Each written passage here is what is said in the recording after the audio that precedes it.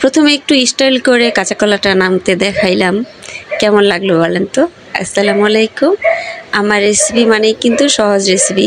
আপনারা তো জানেন যে আমি সহজ সহজ রেসিপি দেখাই আর খুব ছোট ছোট ভিডিও দেখাই।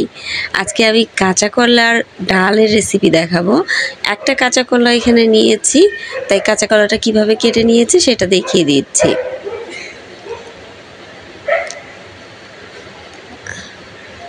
কাঁচা কলার খোসাটা প্রথমে ছাড়িয়ে নিলাম। ছাড়ানোর পর এবার আমি এটা একটু টুকরো টুকরো করে কেটে নিচ্ছি। ঠিক এভাবে আমি যেভাবে কাটছি সেভাবে কাটবেন, তাহলে দেখবেন যে ডালটা তাড়াতাড়ি গলে গেছে। ঠিক এভাবে আগে 4টা ভাগ করে নিলাম, এখন ছোট ছোট টুকরা করে নিলাম।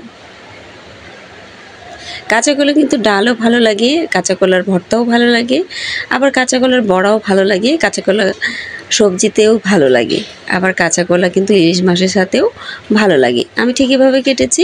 আর কাঁচা কলা কাটার সময় আমার হাতের আঙ্গুল কিন্তু কালো হয়ে গিয়েছিল। আমি প্রথমে এখানে ডাল নিয়েছি, মসুর ডাল কিন্তু আগে ভিজিয়ে রেখেছিলাম। মসুর ডালের সাথে কাঁচা কলা দিলাম, পেঁয়াজ, রসুন, মরিচ আর একটা টমেটো দিয়েছি। পরিমাণ মতো লবণ আর হলুদ দিয়ে এটা কিন্তু সুন্দর করে আমি মেখে নিলাম। একটা জিনিস খেয়াল করবেন, আমি কিন্তু এর মধ্যে এখন পর্যন্ত তেল ব্যবহার করিনি।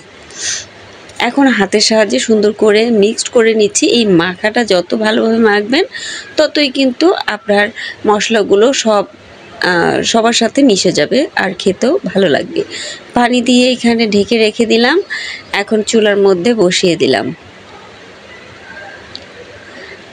ঢাকনা তুলে দেখলাম যে বলক এসে গেছে। বারবার করে আমি চেক করছি যে সিদ্ধ হয়ে গিয়েছে কিনা। এটা সিদ্ধ হতে কিন্তু বেশি সময় লাগবে না, ডালটা যেহেতু আমি ভিজিয়ে রেখেছিলাম তাই সিদ্ধ হতে খুবই কম সময় লেগেছে।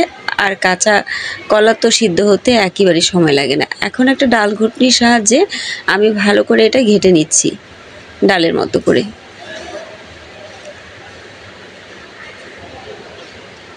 আমাদের এটা আঞ্চলিক ভাষায় লাহি বলে, কেউ ডাল ঘুটনি বলে, আমরা কিন্তু লাহি বলেই পরিচিত। এই যে ডালটা আপনারা যত ঘন খেতে চান বা যত পাতলা করতে চান সেই অনুযায়ী আপনারা পানি ব্যবহার করবেন। আমি কিন্তু এখানে একবারই পানি ব্যবহার করেছি, পরবর্তীতে আর কোনো পানি দেইনি। এখন ডালটা এক জায়গায় তুলে রাখছি। এখন যেটা ব্যবহার করব সেটা এর মধ্যে আমি মশলা ব্যবহার করব। এ পর্যায়ে আমি তেল ব্যবহার করছি। জিরা দিয়ে দিলাম। জিরাটা দিয়ে একটু ভেজে নিচ্ছি।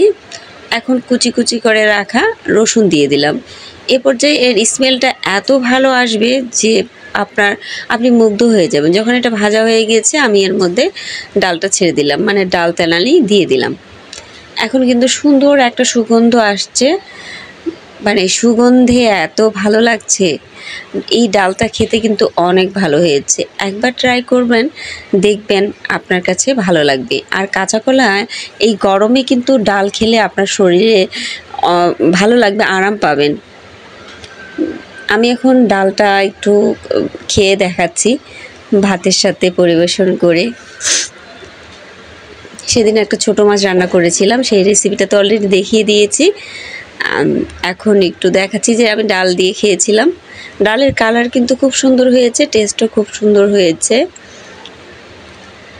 ভাতের মাঝখানে একটু ভাগ করে নিয়ে এর মধ্যে আমি ডাল দিয়ে দিচ্ছি।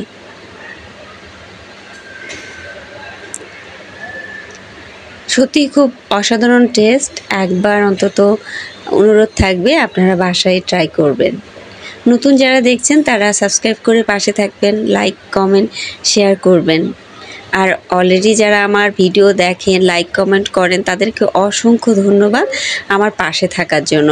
আমিও চেষ্টা করি আপনাদের পাশে থাকতে।